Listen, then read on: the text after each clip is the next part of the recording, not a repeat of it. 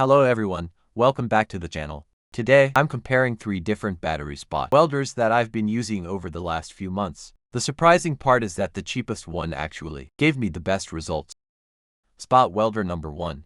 This spot welder was originally designed for mobile phone battery repairs. It is portable and works well for attaching battery tabs on phone batteries. At first, I also tried using it for 18,650 battery pack projects. It came with good, sharp welding tips that made positioning easier.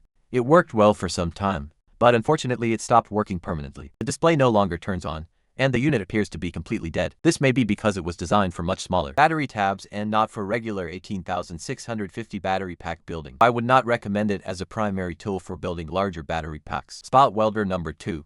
The second spot welder has a digital display and adjustable power settings.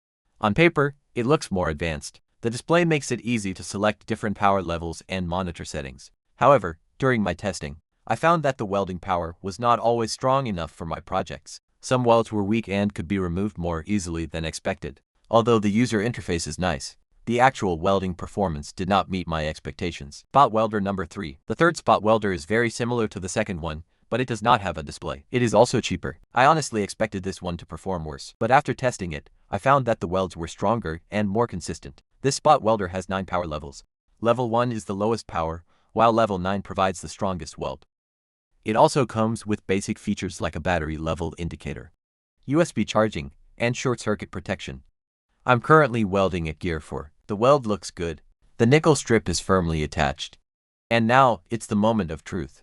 Gear 4 seems to provide enough power for reliable spot welds on cells. As you can see, the nickel strip is holding firmly. It doesn't peel off easily. Let's turn it all the way up to Gear 9. Gear 9 is producing a very strong weld. Weld marks are going through the nickel strip, which is a good sign for thicker strips. Wow, that's a strong weld. This gives me confidence that it can handle thicker nickel strips as well. Although this first spot welder is no longer working, one thing I really liked about it was its sharp-pointed probe tips. After a simple modification, I can now continue using these probes with my newer spot welder. They made it much easier to position the probes accurately.